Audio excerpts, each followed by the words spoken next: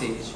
Ambassador Oh has gained wide acclaim for his active, leading role in the international community. Please welcome him to the stage with a big round of applause.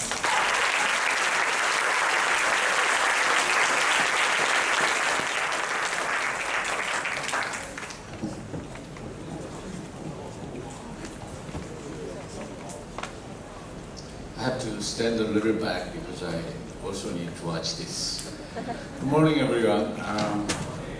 Morning. I heard that there are participants coming from China, Indonesia, and Singapore. Actually, I just came back from a 1-month stay in Singapore in August. Because I was once Korean ambassador in Singapore from 2010 to 13, and I'd like to welcome all of you who come from China, Indonesia, and Singapore. And the school name Bugil Academy, for Koreans of my generation, probably Aram Kim doesn't know this, but my generation Koreans, the school name Bugil is synonymous with excellence in baseball games. We remember the school name only for that reason. But now this is my first time here at Bugil, and I realized that Bugil is running an excellent international program as well. So there are a lot of things that I didn't know about Bugil. I'm very glad to be here, and I'd like to congratulate the school, Bugil Academy, the principal and the program director, Tam Kang, my long-standing friend, for holding this and for giving me a chance to talk to the students. The issue I'm going to talk about is the United Nations and global affairs. Actually, it's a very big issue. Towards the end of my PowerPoint presentation, I also have a little part on North Korea, not least because North Korea, unfortunately, our brothers in North Korea are giving all of us, actually the whole world, a great deal of headache these days because of their nuclear and missile testing provocations. So I thought, it might go too long, so I might as well cut that part off. But program director Tam Kang advised me that North Korea is such a topical issue. You shouldn't really cut it out. You should do that. So I will really have to run down on my slides. When you think of the United Nations, what first comes to your mind?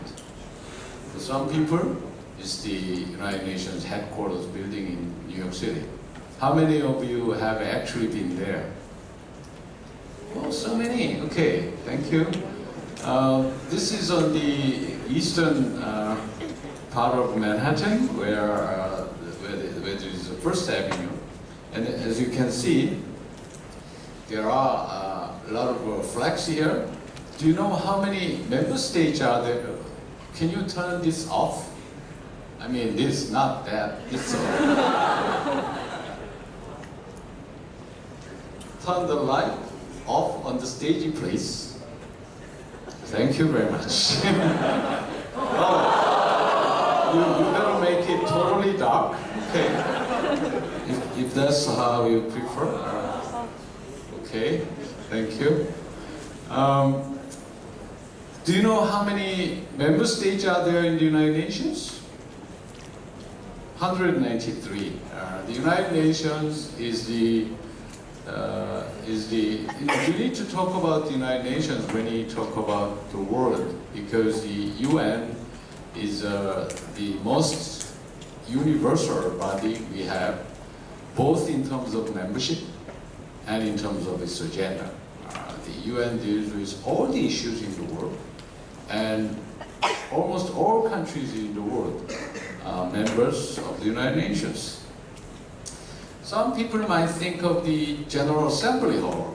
This room should look familiar to you.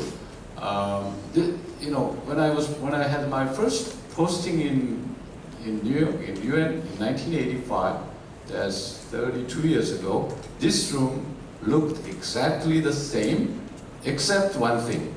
What do you think is that one thing? The screens here.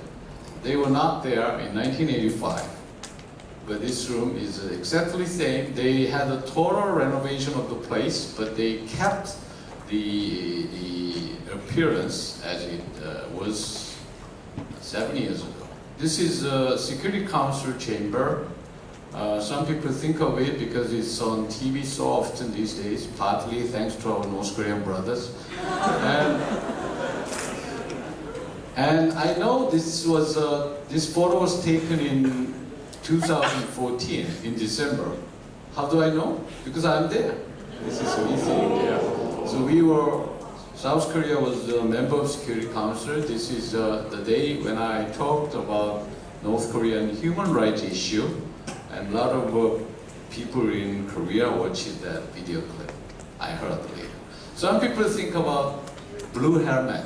Blue helmet is a helmet worn by UN peacekeepers, and they are blue. So sometimes they wear blue berets as well.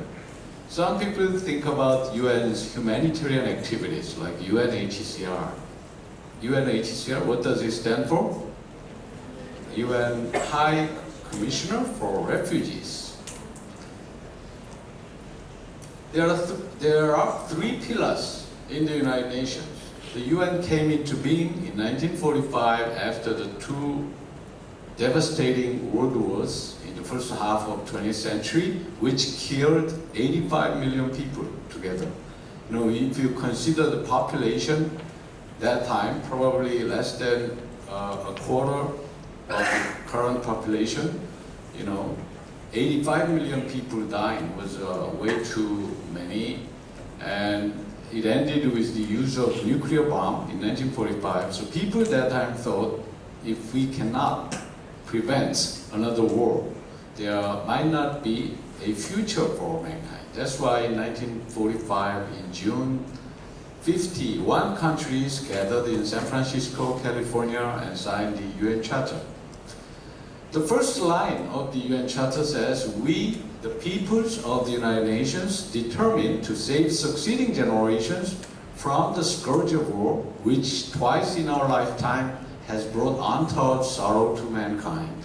So they made clear that they were creating the United Nations to prevent a war and keep peace.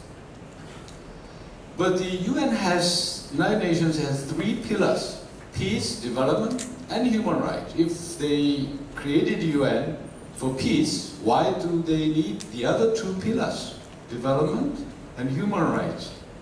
In my opinion, the founding fathers of the United Nations were very wise and visionary, that they realized that without development, without providing better life, good life for people, without human rights, without providing life with human dignity, it is very hard to maintain peace. That's why they have three pillars. Why three pillars? What problems do we have in the world? First, we fight instead of living in peace. Why do we fight? Well, in old days, we fought for the same reason as animals. We fight for food. We fight for mating opportunities. You like that? Yeah, we always fight for mating opportunities. Like any animals. But because we are humans, we sometimes started to fight for power, fight for land, and even fight for religion. Only humans fight for religion or ideology. Have you ever seen any animals, including your dogs, fighting for religion or fighting for ideology? Probably not. What is religion? Religion is the system of your faith in what this whole world is about, what happens when you die? What is this universe about? That's religion. It gives you answers to these questions. Then we are not satisfied with just believing, having that faith. We want others to share our faith. So we impose our religion on others. That's why we fight for religion. What is ideology? Ideology is the ideas about how the society should be run. You know, if you are communist, you believe that if the government monopolizes production and all people only get salaries, then the world, the society will be fairer, because there will not be capitalists who possess too much wealth compared to others. So we can make our society fairer by doing that. That's communism.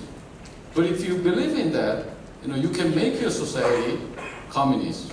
But people, because we are humans, we are not satisfied with that. When we have such a good idea, we want others to follow us. We want to impose our good ideas on others. That's what is called ideology. So humans fight for religion, ideology. This is communist revolution in 1917 in Russia. When you fight, you better win. Because if you lose a fight, you have to pay a lot. You know, not only you die, but your whole family, sometimes your entire tribe, your entire countrymen will have to suffer. In the past, sometimes all men and boys were killed, and all women and girls were taken as slaves or concubines. So if you don't like it, you better win a war. You better win a fight. How do you win a fight? You better have good weapons, effective weapons, because we are humans. We have a good brain, so we just don't fight with our own physical force. We know how to use weapons. What is an effective weapon? Effective weapon is a weapon with which you use as little effort as possible and kill as many as possible. That's what is called effective weapon. So people started to develop effective weapons like a gun, rifle, jet fighters, missiles, and finally, nuclear bomb. The atomic bomb the Americans used for the first time in history in Hiroshima killed 70,000 people on the spot, and about the same number as a side effect. So altogether, it killed 140 people with just one small bomb. The nuclear bomb our North Korean brothers tested 2 days ago on Sunday, or any other existing powerful, for example, hydrogen bombs, can kill at least 100 times more than Hiroshima bomb. At the peak of the Cold War, there existed about 60 or 70,000 bombs in the world that could have wiped out all mankind, all humanity, at least 20 times. Now they reduced the number of nuclear weapons, but they can still wipe out the whole human civilization at least 10 times. So we have enough weapons in the world. So that's why the United Nations tries to prevent a war. If there is another war, we are not sure whether, if there is another global war, we are not sure whether there is a future for mankind. This piece of sculpture is called Twisted Gun. It is in the yard of the United Nations. It was originally made by a Swedish sculptor when the singer John Lennon died in New York.